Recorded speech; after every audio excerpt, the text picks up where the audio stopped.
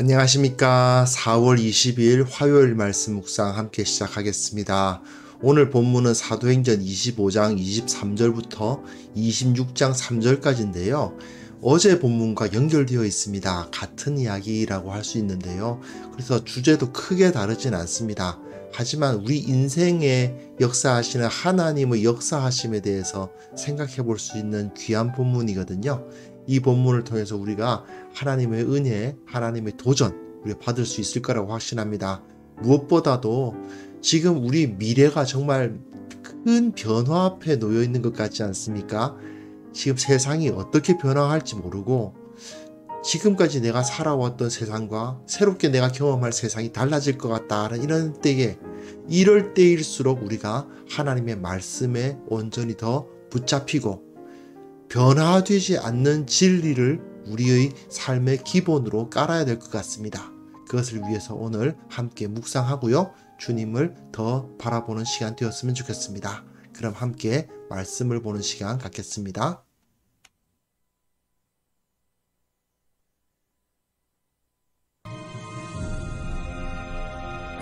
이튿날 아그리빠와 버니게가 크게 위엄을 갖추고 와서 천부장들과 시중의 높은 사람들과 함께 접견 장소에 들어오고 베스도의 명으로 바울을 데려오니 베스도가 말하되, 아그리빠 왕과 여기 같이 있는 여러분이여, 당신들이 보는 이 사람은 유대 모든 무리가 크게 외치되 살려두지 못할 사람이라고 하여 예루살렘에서와 여기서도 내게 청혼하였으나 내가 살피건대 죽일 죄를 범한 일이 없더이다. 그러나 그가 황제에게 상소한 고로 보내기로 결정하였나이다. 그에 대하여 황제께 확실한 사실을 아랠 것이 없으므로 신문한 후 상소할 자료가 있을까 하여 당신들 앞, 특히 아그리빠 왕 당신 앞에 그를 내세웠나이다. 그 죄목도 밝히지 아니하고 죄수를 보내는 것이 무리한 일인 줄 아나이다. 아그리빠가 바울에게 이르되, 너를 위하여 말하기를 내게 허락하노라. 이에 바울이 손을 들어 변명하되, 아그리빠 왕이여, 유대인이 고발하는 모든 일을 오늘 당신 앞에서 변명하게 된 것을 다행히 여기나이다. 특히 당신이 유대인의 모든 풍속과 문제를 아시니이다. 그러므로 내 말을 너그러이 들으시기를 바라나이다. 네. 지금 가이사랴에서 이방인들, 특히 이제 로마의 사람들에게 증언하는 모습을 볼 수 있죠. 그리고 이 총독 베스도와 아그리빠 왕, 이 권세자들 앞에서 이제 증언하는 모습이 나타나고 있습니다. 자, 어제 본문과 연결해서 생각해 볼 필요가 있습니다. 바울이 예루살렘에 들어온 이후에 여러 가지 일을 당하는데 그런 여러 가지 어려움들 가운데에서 바울은 복음을 증거할 수 있는 기회를 계속 얻습니다. 바울은 예루살렘에서 복음을 증거할 생각이 없었어요. 자기는 이방인에게로 보냄을 받았다라고 생각을 했기 때문에 유대인들에게 복음을 전하는 일은 자기에게는 사실은 맡겨진 일이 아니었습니다. 하지만 그 성전에서 결례를 행하다가 유대인들에 의해서 오해를 당하고 그 때문에 물론 맞아 죽을 뻔한 위기도 겪었지만 천부장에 의해서 구해지죠. 그리고 그 유대인 무리들에게 복음을 전할 수 있었습니다. 그뿐만 아니라 천부장을 통해서 산헤드린 공의회에서 또 복음 전할 수 있었고, 또 가이사랴로 이동해서는 벨릭스가 주관하는 그 재판장 앞에서 또 복음 전할 수 있었고, 벨릭스와 그 아내 드루실라에게도 복음 전할 수 있었고, 베스도로 총독이 바뀌고 난 다음에 또 베스도가 인도하는 그 재판장 앞에서 복음을 전하고, 이번에는 아그리빠 왕까지 와서 그 지역 전체에 있는 사람들에게 자기는 가만히 앉아 있지만, 자기는 가이사랴에 있는 헤롯 궁에 그냥 있지만 사람들에게 복음을 전할 기회는 계속 생기는 겁니다. 그리고 총독 벨릭스에 의해서 2년 동안 계속 시간이 밀리긴 했어요. 바울은 저 서바나까지 가서 복음 전하겠다는 그 마음 품고 있었는데 그게 자꾸 뒤로 밀린 것은 사실입니다. 하지만 하나님에 의해서 바울이 휴식을 취한 거죠. 그동안 고생 많이 했으니까. 그동안에 나름대로 헤롯궁에서 뭐 많은 자유는 아니었을 겁니다. 헤롯궁 바깥으로는 아마 못 나갔을 것 같아요. 하지만 궁궐 안에 거하면서 그곳에서 찾아오는 사람들도 얼마든지 만날 수 있는 환경에서 그곳에서 거하면서 2년 동안 계속 지낼 수 있었고, 그곳에서 총독과 그 아내도 만나고 이렇게 왕도 만나가면서 그들과 대화할 수 있는 기회를 얻었다는 것도 바울에겐 상당히 좋은 일이죠. 여하튼 하나님께서는 바울이 생각하지도 못한 일들을 일으키시면서 바울을 크게 사용하셨던 것을 볼 수 있습니다. 오늘 본문도 바로 그것을 이야기하고 있는 거예요. 바울이 하나님 앞에서 잘 준비되어 있으니까, 하나님 앞에서 신실하게 살아가려고 하니까 바울은 하나님으로부터 이런 기회를 얻을 수 있었다 하는 것을 보여주는 겁니다. 본문 보시면요. 아그리빠와 버니게, 아그리빠는 왕이고 버니게는 그 누이죠. 이 둘이 뭐 근친상간 관계에 있었다는 의심을 받기도 했답니다. 여하튼 이 둘이 크게 위험을 갖추고 와서 천부장들과 시중들이 높은 사람들과 함께 접견 장소에 들어오고, 자, 어떻습니까? 굉장히 큽니다. 아그리빠와 버니게가 크게 위험을 갖추었다는 건 뭐겠어요? 왕의 행차를 쫙 만들어 놓은 겁니다. 왕의 행차가 이루어지면 사람들이 많이 모였다는 거죠. 옷 입은 것만 화려했다는 뜻이 아니고, 그를 이제 시중드는 사람들이 상당히 모여왔다는 겁니다. 그래서 천부장들과 시중의 높은 사람들이 와서 접견 장소를 꽉 채웁니다. 이 사람들이 뭘 하려고 온 겁니까? 바울을 신문하려고 온 거죠. 하지만 하나님의 눈으로 보았을 때는 이들이 바울을 신문하러 온 게 아니라 바울이 전하는 복음을 들으러 온 거나 다름이 없습니다. 하나님은 그 섭리 가운데 바울에게 청중들을 지금 모아주시는 거예요. 그래서 베스도가 명령을 해서 바울을 딱 데려옵니다. 사람들 다 모아놓고 마치 연사가 등장하는 것 같은 그런 느낌이 들지 않습니까? 마치 바울의 연설을 듣기 위해서 그 청중들이 모이고 드디어 앞에서 가르치는 사람이 가운데 나타나는, 연사가 앞에 나타나는 그런 모습이 여기서 보여지고 있습니다. 즉 하나님께서는 이 모든 것을 섭리 가운데 바울을 크게 들어 쓰셨다는 것을 보여주는 거죠. 상당히 높은 사람들, 왕과 그 누이와 천부장들, 그리고 시중의 높은 사람들, 그리고 총독 다 모은 겁니다. 다 모아놓고 그때 소위 말하는 높은 사람들, 거기서 권세자들 다 모아놓고 이제 복음을 듣게 된 겁니다. 이 사람들이. 베스도가 말하되, 베스도가 마치 연사를 초청하듯이 오늘 우리에게 강의를 해주실 분은 이런 분이십니다 하는 것처럼 지금 베스도가 말을 하고 있어요. 아그리빠 왕과 여기 같이 있는 여러분이요. 당연히 많은 사람들 모였죠. 당신들이 보는 이 사람으로 말씀드릴 것 같으면 이상하잖아요. 좀 이상한 느낌이 들지만 하나님께서 섭리하시는 것이 그런 겁니다. 이 베스도가 바울을 소개하고 있는 느낌이 들죠. 유대의 모든 무리가 크게 외치되 살려두지 못할 사람이라고 하여 예루살렘에서와 여기서도 내게 청원하였으나 이것이 바울에 대한 그 원고들의 송사였다 이거죠. 내가 살피건대 죽을 죄를 범한 일이 없더이다.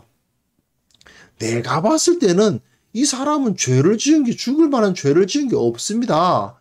그런데 문제는 그 사람이 황제에게 상수한고로 보내기로 결정은 했어요. 그에 대해서 문제는 뭐냐? 황제께 확실한 사실을 아뢰 것이 없습니다. 도대체 이 사람이 무슨 혐의를 받고 있는지가 밝혀져 있지를 않아요.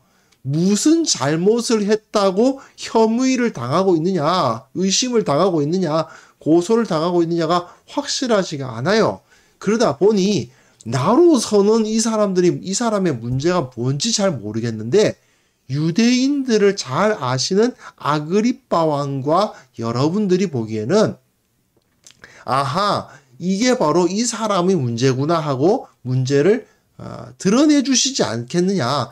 나는 이 사람이 뭘 잘못했는지 모르겠다.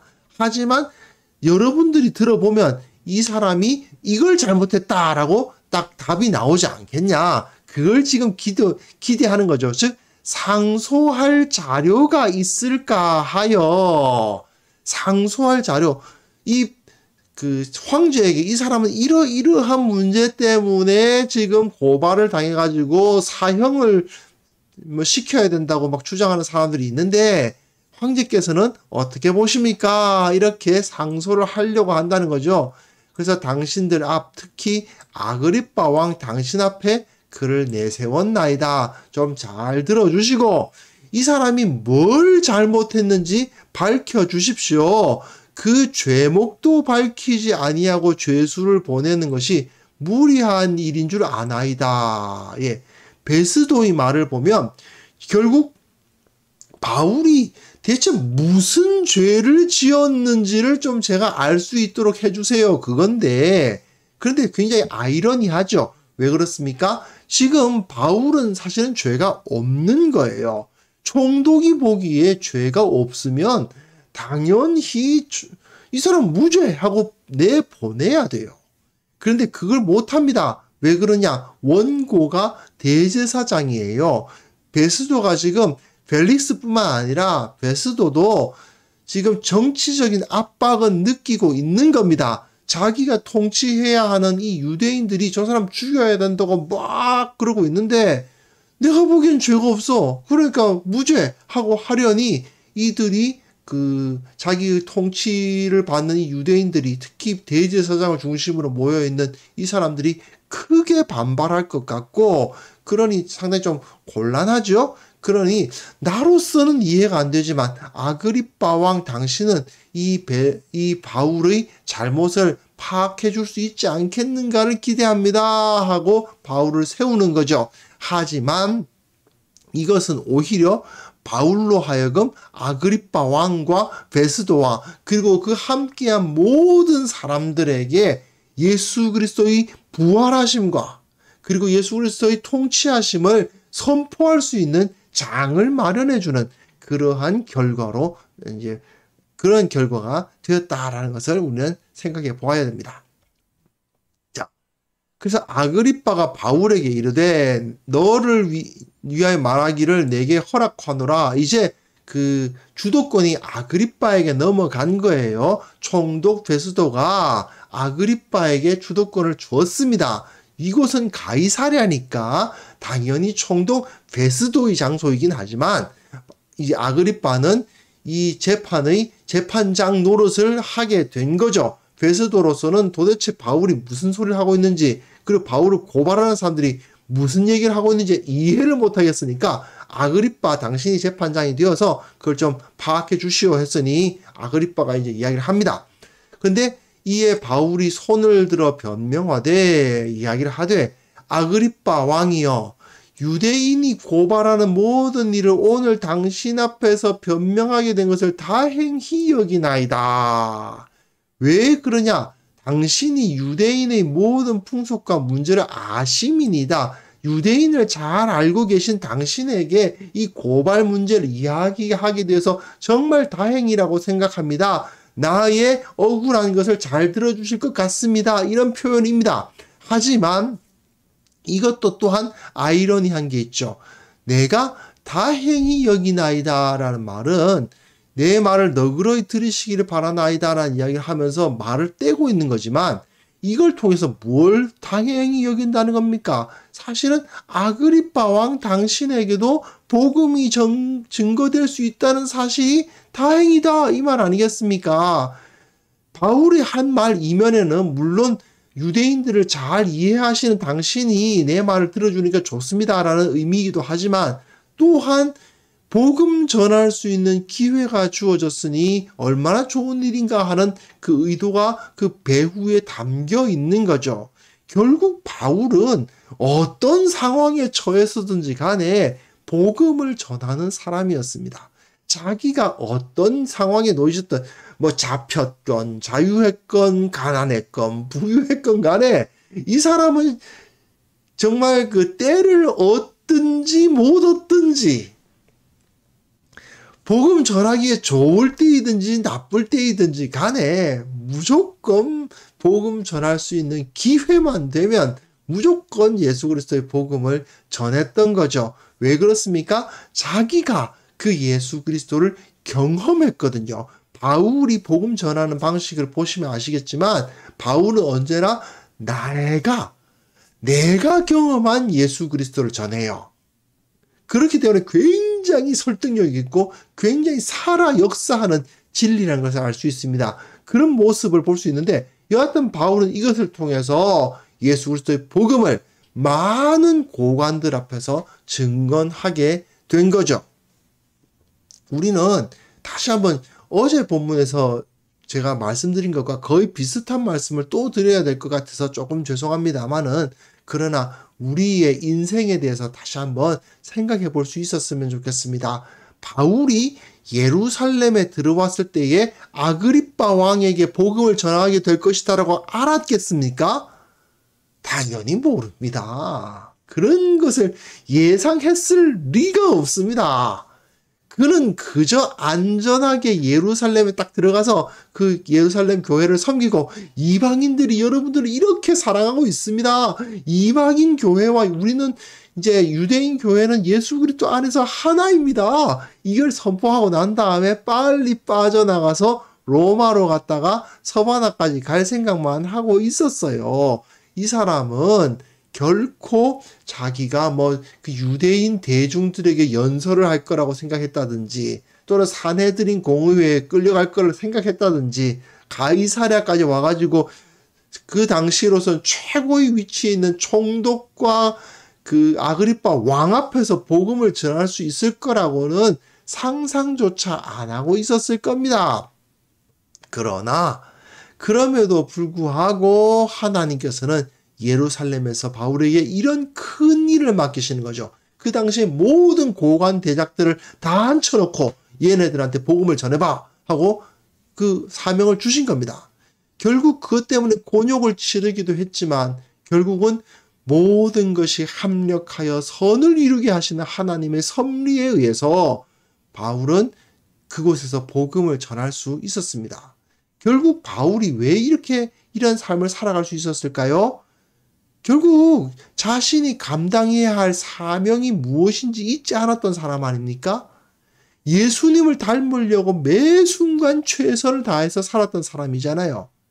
그렇기 때문에 이렇게 진실되게 살아가는 사람에게는 하나님께서 그냥 내버려 두지 않으시는 겁니다. 이렇게 준비된 사람이 아까워서라도 어떻게 해서든 하나님께서 그 섭리를 통해서 그 사람을 써먹어야 될 거 아닙니까? 바울 같은 사람이 예루살렘에 들어왔는데 이 사람은 이방인들을 사역만 했으니까 예루살렘에서 그냥 잠깐 있다가 가라. 이건 안 되죠. 당연하죠. 저희 교회에서도 한번 생각을 해보십시오. 우리 교회에 있는데 어떤 세계적인 신학자가 잠깐 휴가를 맞아서 이게 우리나라에 들어와서 잠깐 쉬고 있는데 어쩌다가 예배를 드리는데 우리 교회에서 예배 드리신다. 내버려 두실 겁니까? 안 되죠. 당연히. 아니 정말 저기 선교지에서 정말 큰 역사를 일으키시고 정말 신실하게 사역하시는 선교사님이 어쩌다가 우리 교회 오셔서 잠깐 안식년 보내고 계신데 그냥 쉬세요 하고 있겠습니까? 그럴 수가 없잖아요. 당연히 간증도 듣고 말씀도 듣고 해야 될 거 아닙니까? 마찬가지입니다. 하나님께서는 바울이 여기 왔는데 바울을 예루살렘에서 아무것도 안 써먹고 보내시진 않죠.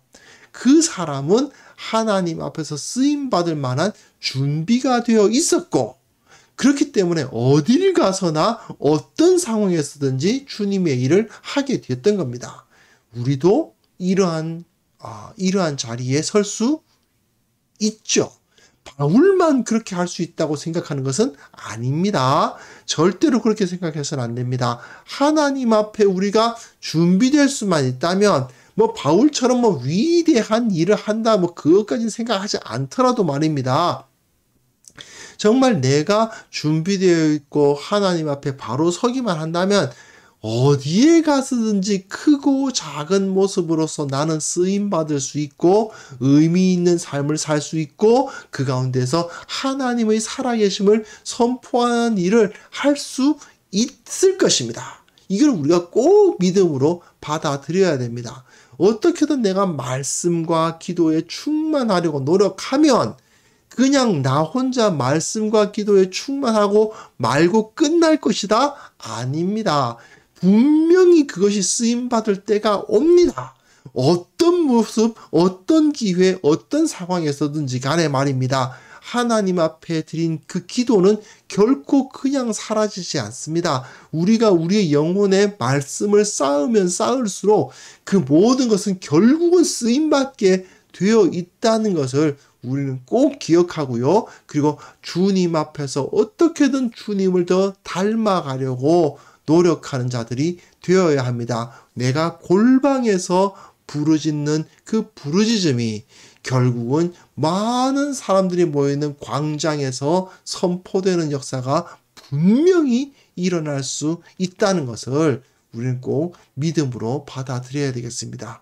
이 시간 우리가 함께 기도하실 때요, 이러한 준비된 사람, 이러한 믿음의 용사로서 우리가 준비될 수 있기를 위해서 같이 기도했으면 좋겠습니다. 나로 하여금 말씀의 사람이 되게 하시고 나의 모든 삶을 돌아보시는 하나님을 의식하며 말씀과 기도에 충만케 하셔서 주님의 일을 어떤 상황에서든지 충분히 감당해낼 수 있는 자가 되게 하여 주옵소서. 함께 기도하는 시간을 가집시다.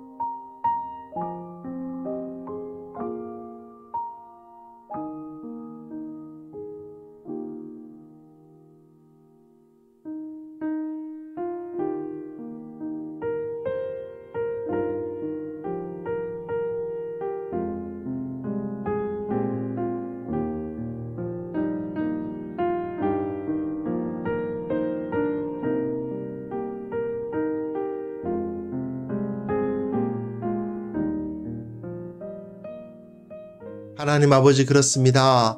주님께서 우리의 모든 삶을 돌아보고 계시고 그 불꽃 같은 눈으로 감찰하고 계시며 지금도 나와 함께 하신다는 사실을 우리가 인정하고 의식하며 살아가는 자들이 되게 하여 주시옵소서. 매일 아침마다 말씀을 묵상하고 기도하는 삶이 계속 이어질 수 있도록 도와주시고 이것이 쌓이고 쌓여서 내가 준비되었을 때에 주님께서 나를 크게 들어 쓰실다는 사실을 온전히 기대하고 믿게 하여 주시옵소서. 주님께서는 분명히 하나님의 나라를 위해서 일할 자들을 찾고 계신데 깨끗한 그릇으로 준비되어야 하고 준비된 훈련된 그릇으로 준비되어야 할 것인데 내가 그러한 자로서 설 수 있도록 도와주시옵소서. 참으로 우리의 인생을 우리가 알지 못하고 정말 코앞에 어떤 일이 일어날지 알지 못하는 자들임을 고백합니다. 그러나 하나님께서 섭리 가운데에서 우리를 적재적소에 사용하신다는 사실을 믿게 하시고 그것을 위해서 주님의 나라를 위해서 능력 있게 기쁨으로 하나님의 일을 잘 감당할 수 있도록 주님 매 순간마다 우리를 훈련하여 주시고 바로 세워주시고 깨끗게 하여 주시기를 원합니다. 특별히 교회를 위해서 기도합니다. 이 땅의 모든 교회가 성도들을 말씀과 기도로 훈련하게 하시고 말씀과 기도가 충만한 능력의 사람들을 길러내게 하시고 그래서 교회에 속한 모든 성도들이 세상 가운데 나아갔을 때에 참으로 세상 사람들로부터 칭송을 받으며 주님 앞에 온전히 서서 복음을 증거하고 하나님의 나라를 선포하는 자들이 다 될 수 있도록 주님 도와주시고 역사하여 주시옵소서. 이 시간 기도할 때에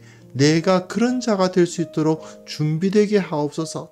매일매일 주님을 찾게 하여 주옵소서. 말씀을 꿀보다도 달게 여기며 늘 묵상하게 하시고 언제나 주님 앞에 나아가 기도하는 시간을 기뻐하는 자가 되게 하여 주옵소서. 이러한 마음으로 살아가는 모든 성도들 다 될 수 있도록 도와주옵소서. 오늘 하루도 주님께서 함께하여 주시고 이 말씀의 능력, 이 기도의 능력으로 오늘 하루 승리하게 하시고 모든 것이 형통하게 하시고 모든 것 가운데 하나님의 영광을 보는 그러한 살아있는 신앙을 가진 귀한 성도들로 다 삼아 주옵소서. 예수님의 이름으로 기도합니다. 아멘.